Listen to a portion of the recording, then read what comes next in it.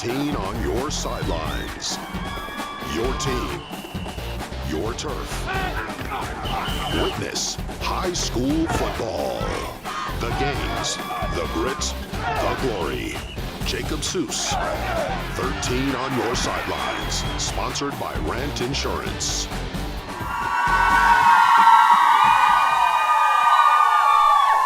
High fives? Come on. Let's go.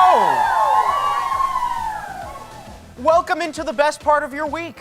Happy Friday, everybody. I'm Jacob Seuss. It's week 9. We've got a bit of everything tonight. Conference titles are on the line. Playoff appearances on the line. Bragging rights on the line in a handful of games between some of our elite teams. But first things first, let's introduce our in-studio guests. We'll start with the cheerleaders from Grand Rapids Christian. Come on, let's hear it.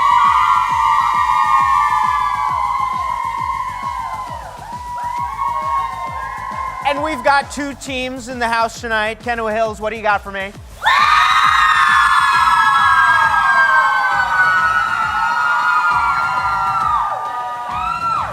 All right, that was pretty good.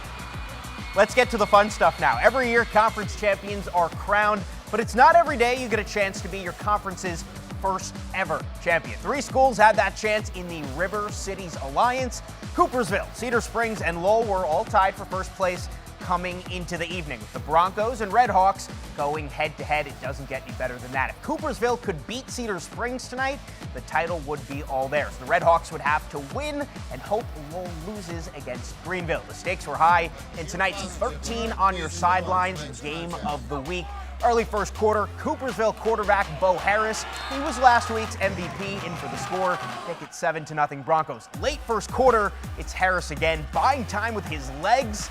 He's going to find a wide open Jaden Thomas, who, watch this, makes a miss, takes it in for the touchdown to make it 14-0 Broncos. We go 16 seconds left in the first. Cedar Springs from the 3. Cameraman loses the ball. Defense loses the ball. Tyler Terpstra is in for the score. Make it 14-7 Broncos. Second quarter, Broncos from the 44. Quarterback keeper again. What can't this man do? Harris making men miss left and right, takes it all the way in for the touchdown, make it 21-7 Coopersville. Broncos could smell a conference championship. Late third quarter, handoff here to Isaac Lemieux, who puts on the finishing touches. The Broncos take it 35-21 in Coopersville. You are the first ever River Cities Alliance Conference champions.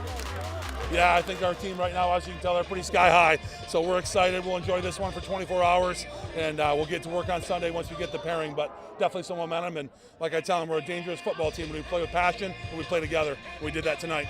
I mean, all week in practice, every single day, we knew that we didn't play our best football last week, and we're like, who are those guys? Let's bring back Coopersville football, and that's what we did tonight. We played physical, and I mean, the defense was amazing, so it made it easy on the offensive part.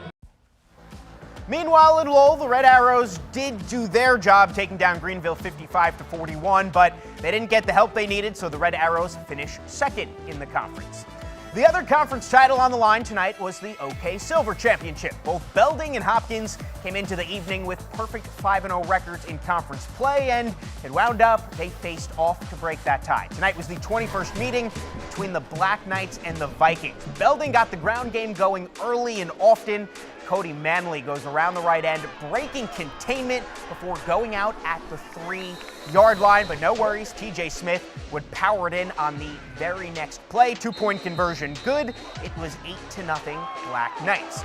Later in the first, Manley, he's going to take the pitch before breaking a tackle, then juking another defender before going into the end zone. His first touchdown of the night is a 27-yarder, Belding up 16-zip. Now in the second, Manley would break free again around the right end, going untouched, this time 47 yards out as Belding rolls tonight 47-0. Undefeated Mona Shores had a major test tonight as they prepare to likely host a playoff game next Friday. The Sailors hosted the Fighting Irish, not of Notre Dame, but of Toledo Central Catholic. 9 minutes in we go. Sailors ball. Bishop Davis takes it outside up the sideline. That's 20 yards and a first down for Mona Shores. They would later throw an interception, though. That would bring down the boom here by Dominic Pigou. Word to AJ and Big Justice. We love the Costco guys. Later in that drive, first time, teams threatening 4th and long. The Sailors Great coverage, get the incompletion, force the turnover on downs. Ensuing drive we go. Looking to make something happen here. Davis with open space makes a man miss. Weaving through the defense for the nice gain. Sets up his offense right in the red zone after that long run. And a couple of plays later, right before the end of the first half, Jonathan Pittman is going to find his favorite target, Micah Carafel, for the game's first score. 7-0 Sailors at the half, but in the end they would fall. Final score tonight of 14-13. In 8-man ball, the defending state champs from Martin traveling to Grand Rapids to take on 6-2 North Point Christian. The Mustangs would get the ball first, then get into plus territory, then just like the Costco guys, how did they get mentioned twice in one segment? Logan Headland, he brings the boom, lowers the shoulder for the touchdown. It was 8-0 North Point.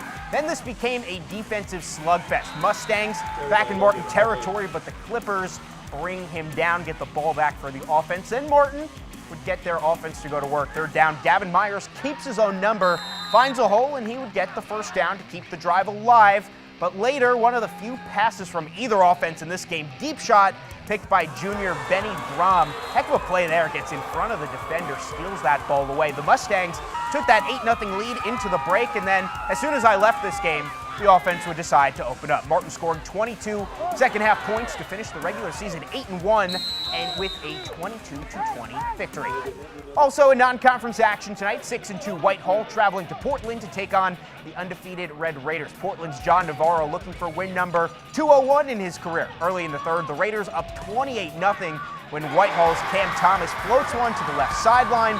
Brady Rowe steps in for a pick. A few plays later, Nolan Zibitowski, he's going to find pay dirt right up the middle, tumbling into the end zone from 7 yards out, 35-0. The Vikings would continue to fight as Thompson rolls right, lofts the pass directly into the arms of Braden Hines for the 27-yard gain. Unfortunately for Whitehall, that drive would end with another Rowe interception, this time in the end zone. Next play, Portland continues to execute. They fake out the entire D, and the cameraman again, Mason McGregor, goes up the middle, 80-yard house call. The Raiders stay undefeated, taking this one 49-7. We're just getting started here. 1 week before the playoffs, two old school rivals squaring off tonight. Up next, find out what happened when East Grand Rapids traveled to Forest Hill Central to face the Rangers. Plus, we'll see if Byron Center could finish the regular season 8-1 as they welcomed an opponent from Illinois.